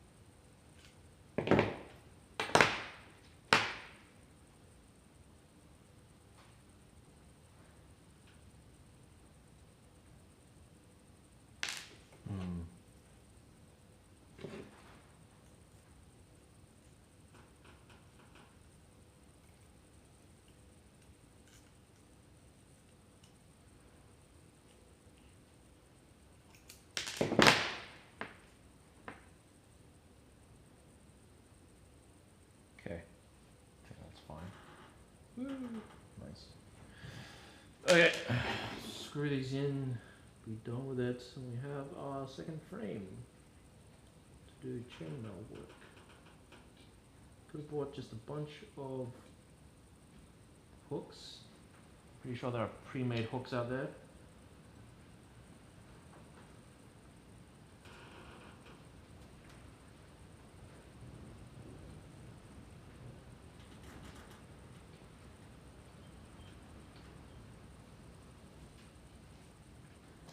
But anyway, we did it ourselves.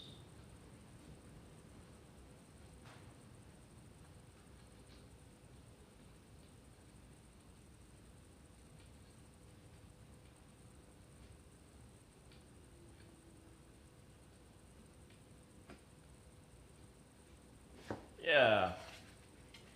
All these hooks. We did it. So many hooks. Are you hooked? I am. They're not all exactly the same, but we'll get it done. So this is the chainmail rig, so let's see if we can get it. Oh yeah, so we will also need to do a mod. So we need, if you haven't known, like if you've been following this for a while, we also need to make some small things. So I couldn't find a steel rod that was small enough. So this is a nail. So we're going to use our ingenuity to turn this nail into a spinning jig that we can use to make us like thinner springs, basically. So we will first need to pack up the stuff we've used, because packing up always sucks. So we made a rig previously.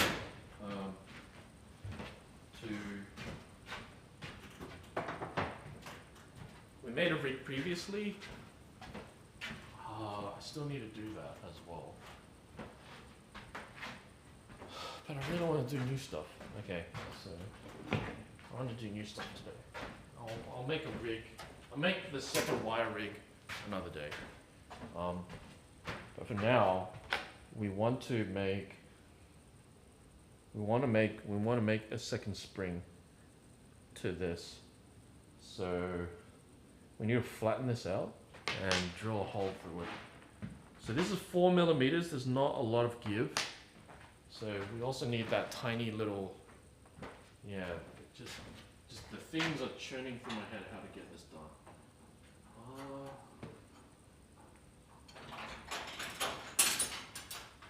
Okay, so we have a nail, and we want to flatten the sides so we can get a punch on it. So this is the nail, right? We want to. It's better if we do it closer to the place.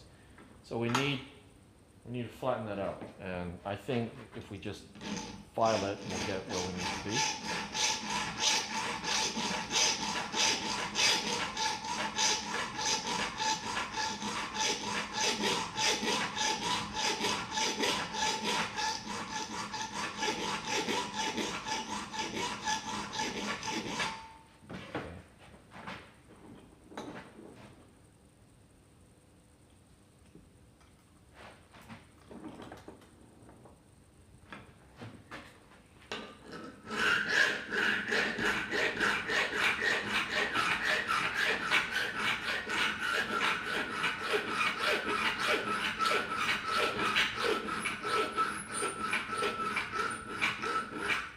Okay, so we flatten both sides by filing it flat.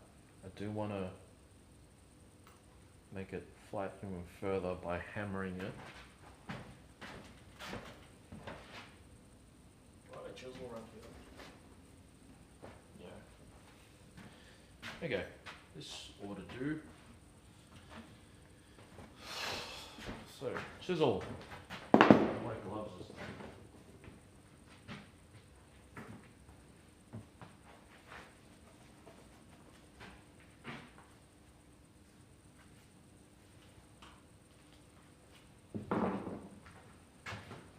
Okay, so we filed it down, which is not good enough. We want to make a flat area.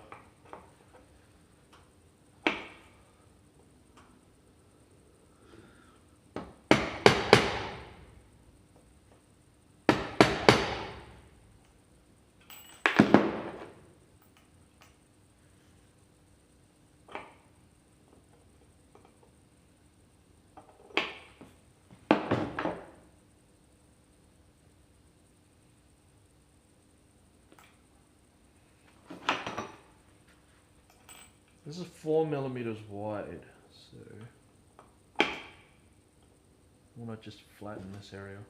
No, it's going to be just almost impossible. Maybe this is flat enough? Maybe I'll just file it a little more and then we'll see.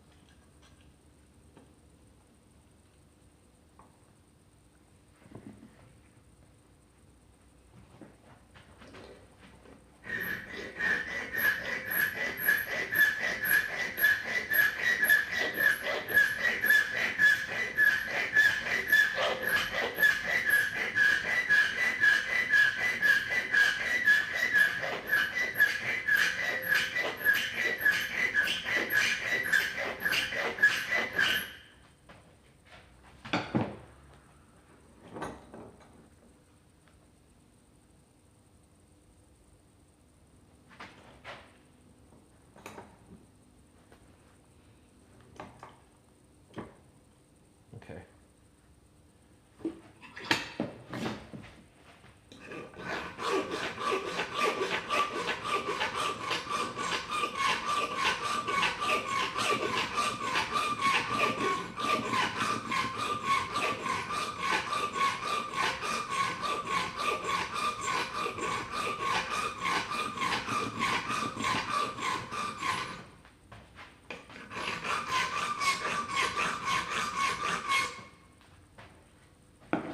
Okay, that's kind of flattened out.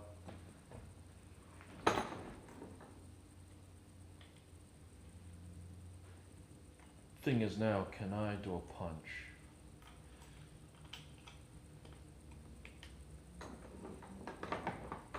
Okay, I'm gonna try to do a punch.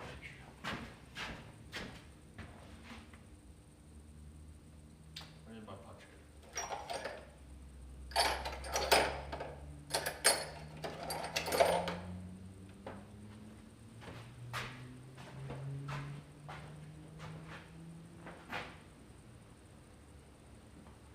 We just want, alright, we're doing a punch because we want to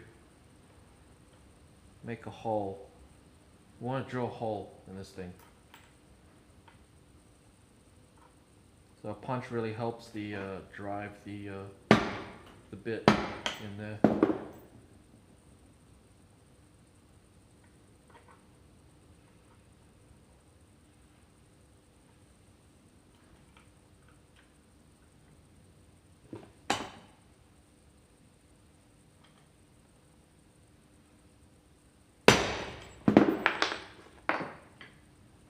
Yeah, that's kind of ugly, but we'll run with it.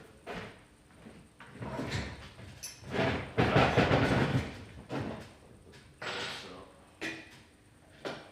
it's really cold. The handling metal, it's just cold. Everything's cold. Just gonna keep moving. So I've got a 1 mm drill bit here. You just hopefully align that to snap. I'm going to be drilling a small little hole with some nail, which what is for.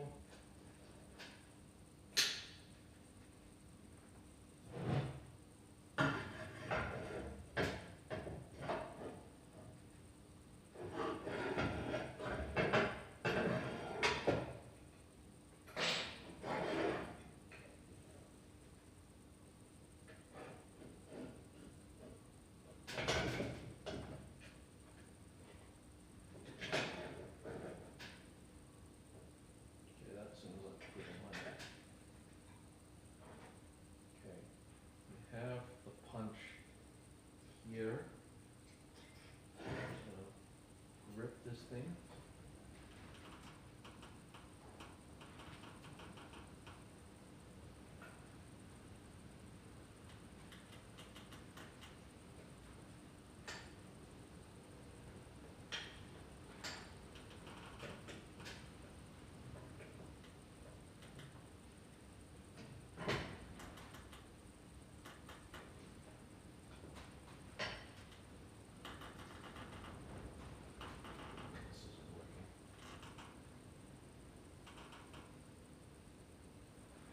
Need like some cloth to grip it over there,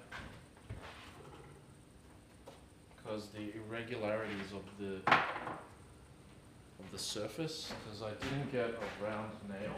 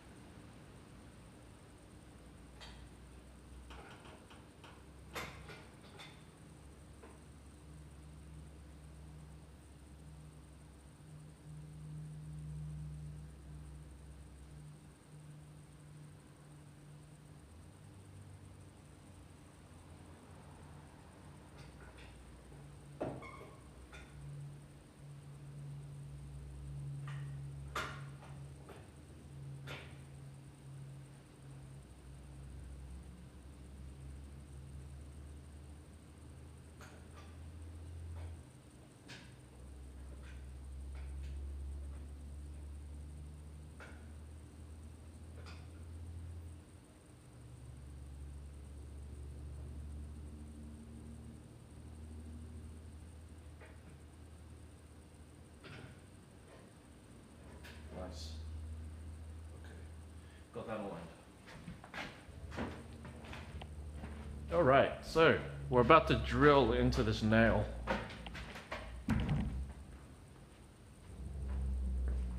We're about to drill into this nail. So the nail is here. We've got the drill bit here. Hopefully we can get like a good hole.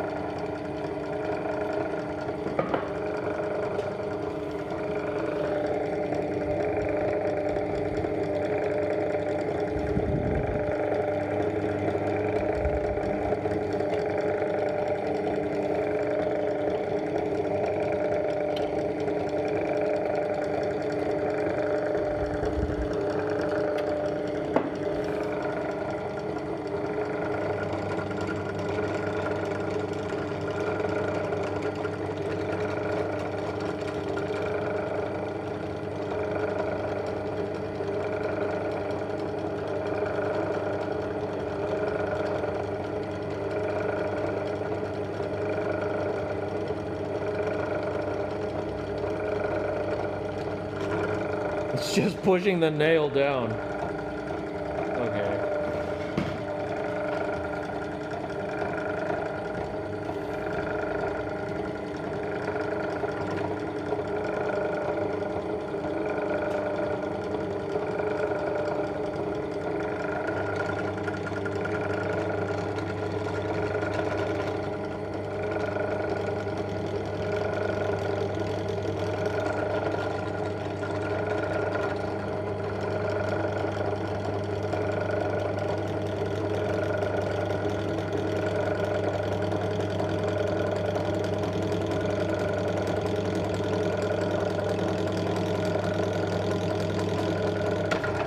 Oh God.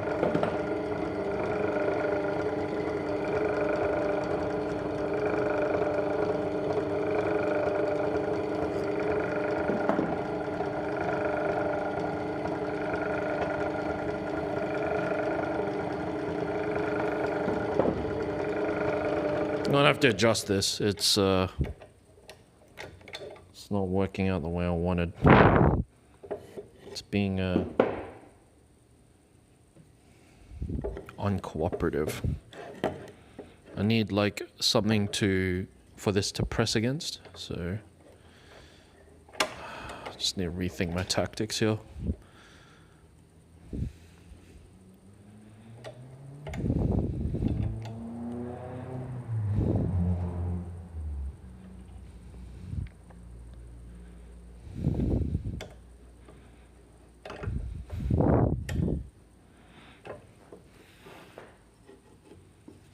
Okay, so we got a good grip on it. Adjust the angle of this. Get the block of wood in there.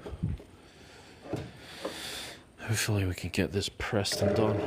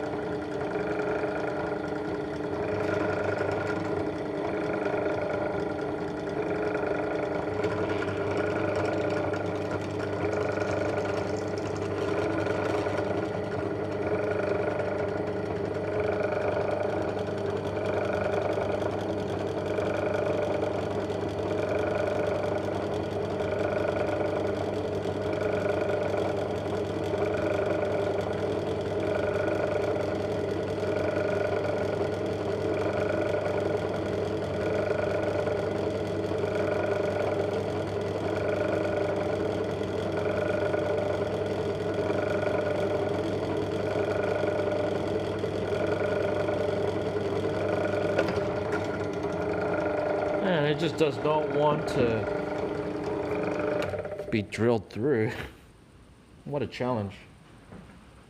What if I flattened the underside a bit?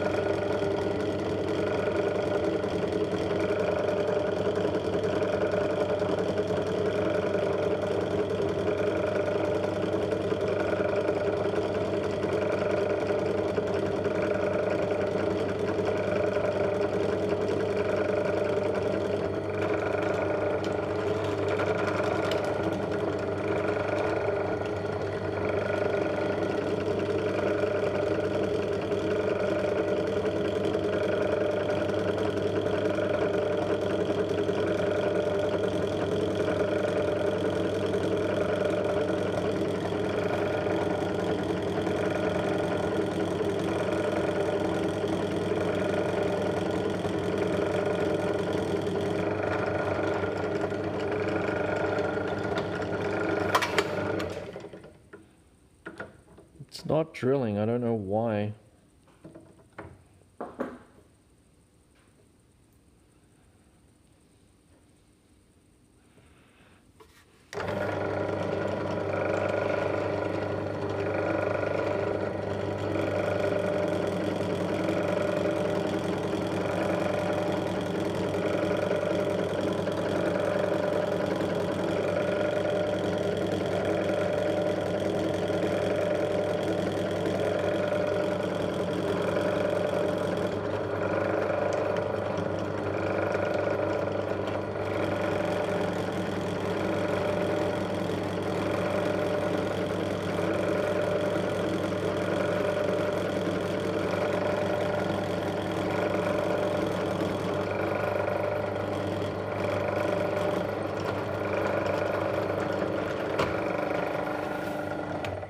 Why is this nail impervious to drilling?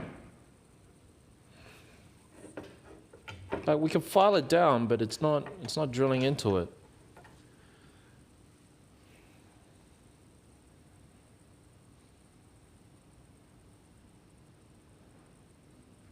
I don't get it.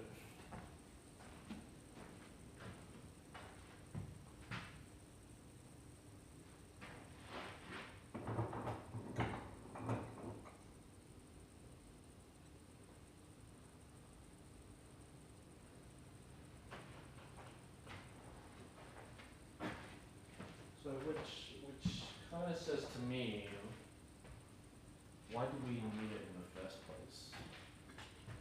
Can we actually just do these springs without these? Right? No wonder. Well, we have the head to work with. So why don't we just cut a notch in the head and then use that to like torque out the spin of what we want to achieve. Maybe that's a better way to go. So we'll just grip that there.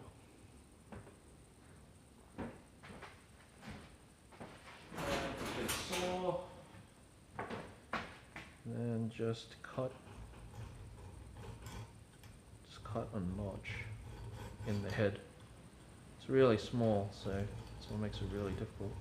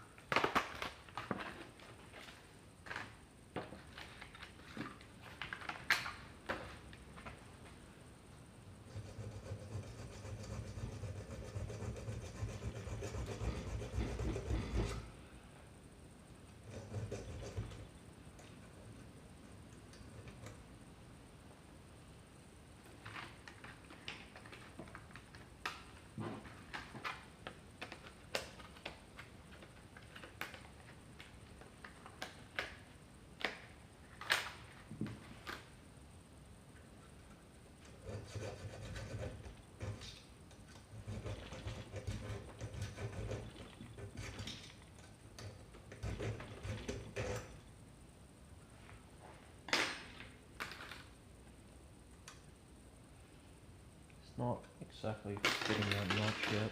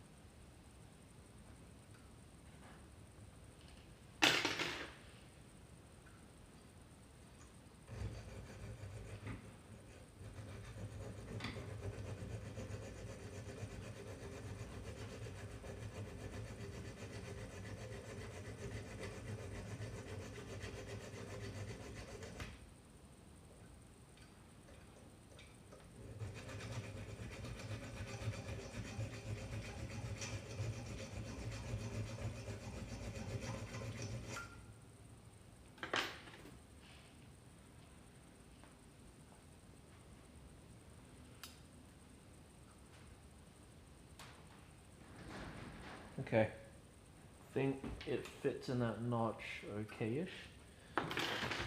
Just want to do a bit more work towards the bottom there.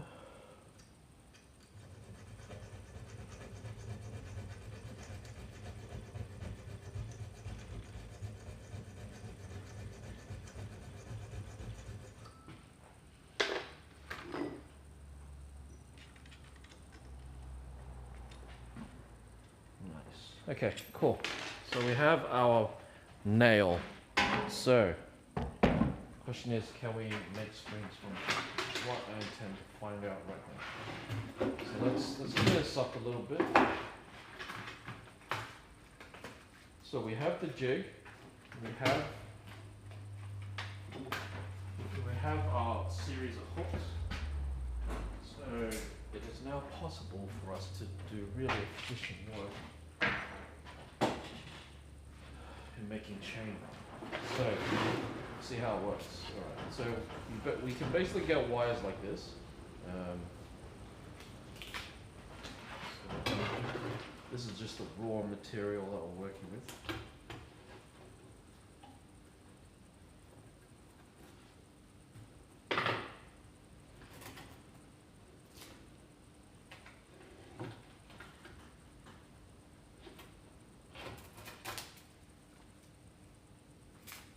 Okay. Alright. Break out the jig again.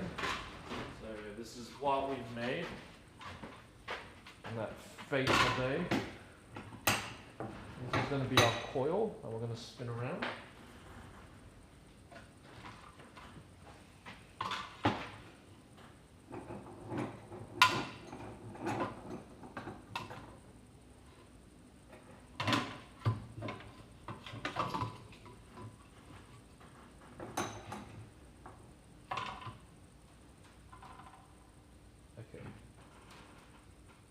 Kind of turns, but we want it to be free of that friction. Cool. Okay. So now we've got our modified nail. It's just a nail with a notch carved into the end of it.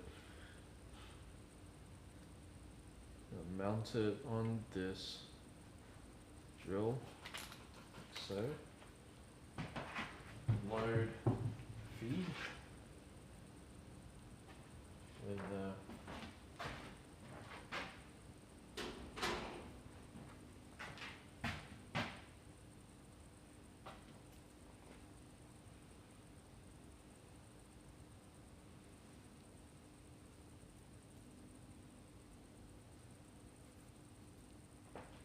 crap, I'm using mine.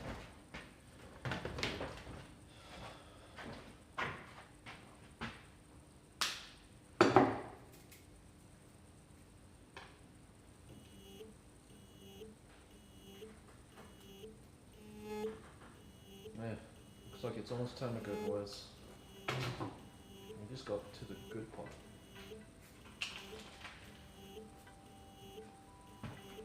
So.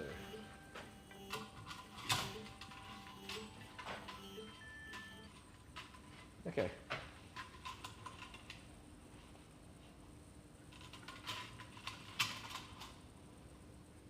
Gonna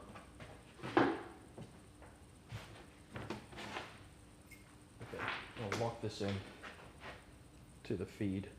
So this is the other loose end on the other side. Just gonna lock that around the spool. And then, alright, you can just feed the end through our guide rollers like this. And then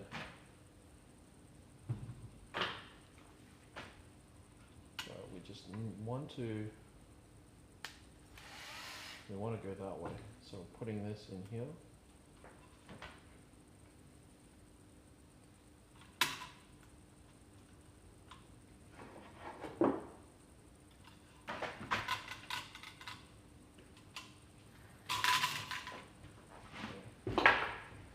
I need to twist it around the nail, but I can't do that whilst I have my both hands occupied by that. It's also, we also might need to cut this groove deeper because it's not actually useful in gripping this this bit of nail. So it's not actually useful.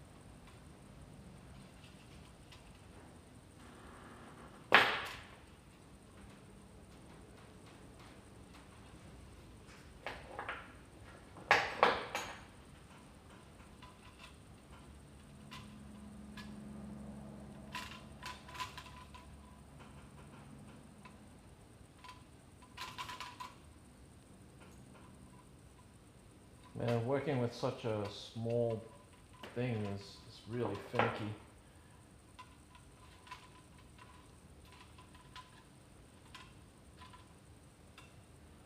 Right, we'll try it. Just so we can see how it works.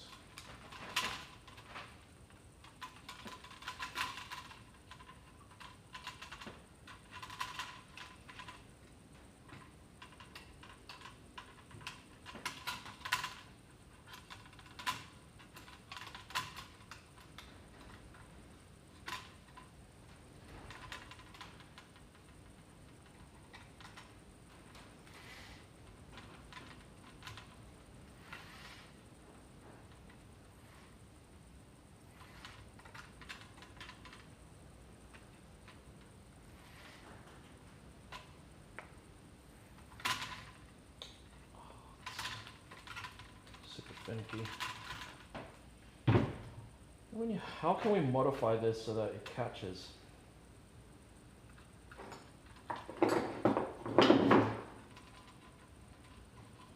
Well, at least when it catches easier.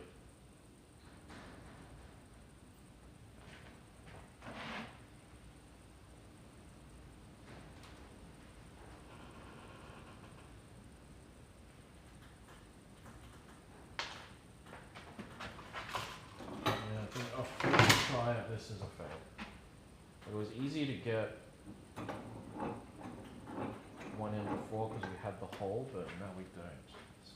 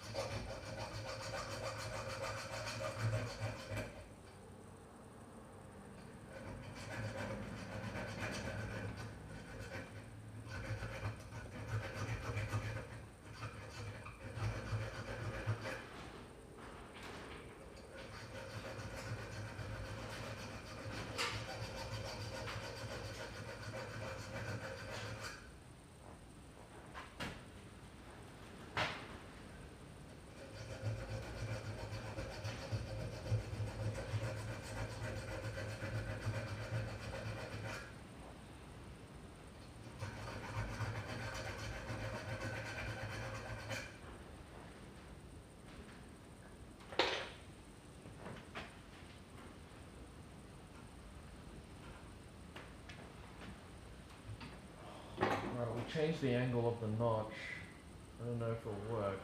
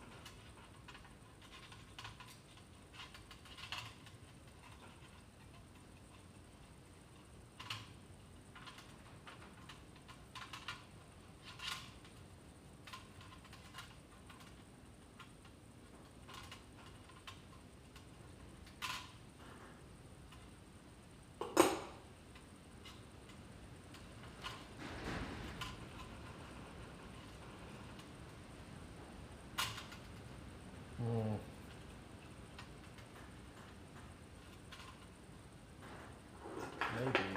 we can do this another way.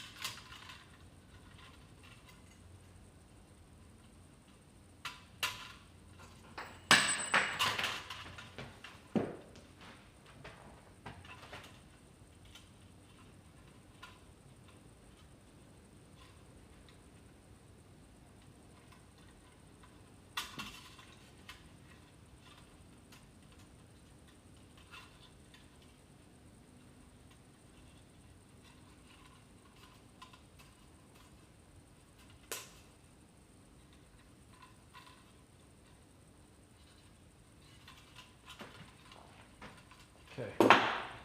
Maybe by just sheer brute force, we can just do this.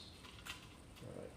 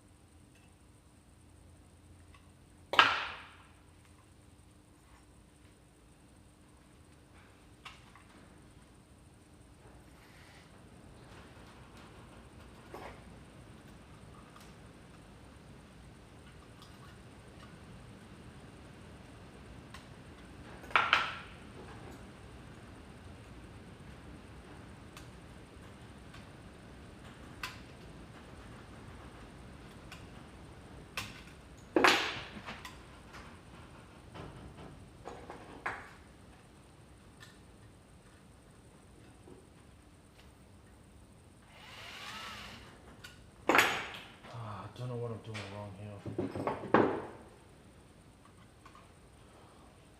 It's not working. This nail idea is not the way I had it in my mind. So.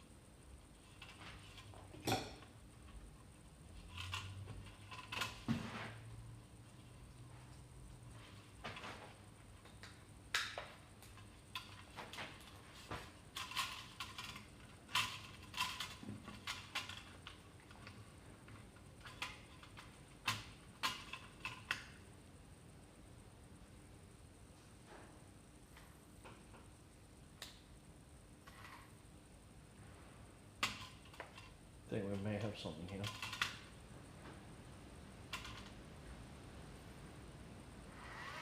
Uh-oh. It's not the way I wanted you to bend.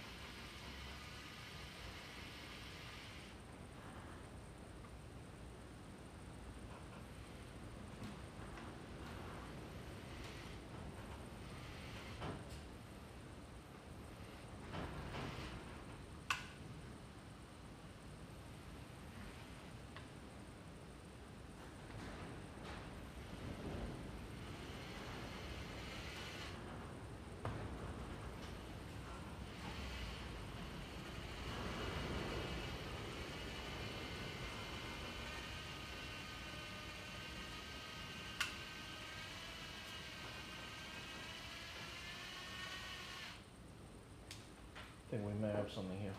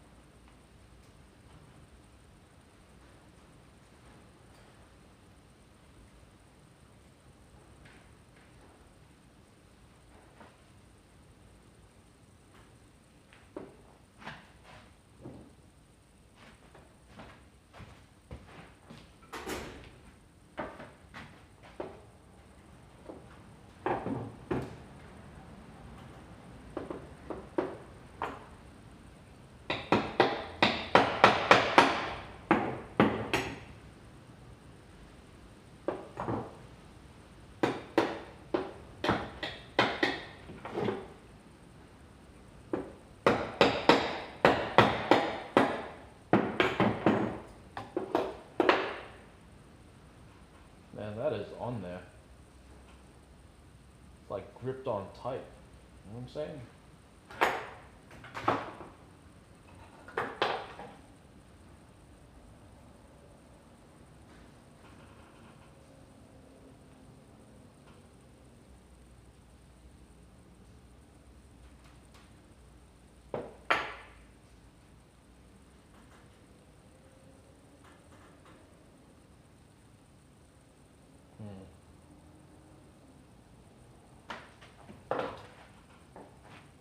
Now I have an interesting problem now that I've coiled, you know, the rings I wanted around the spring, but now I can't get them off. So,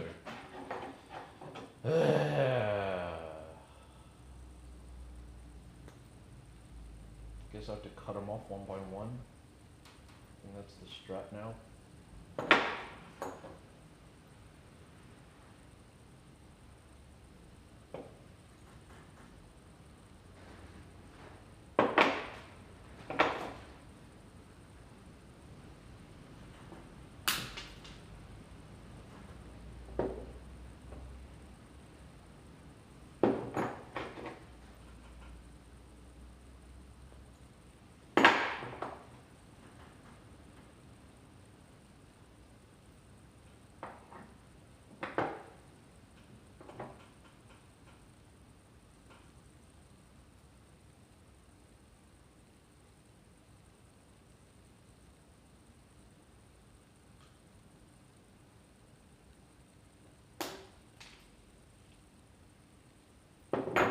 Yeah, I have to like cut every single ring off individually whilst it's on the nail.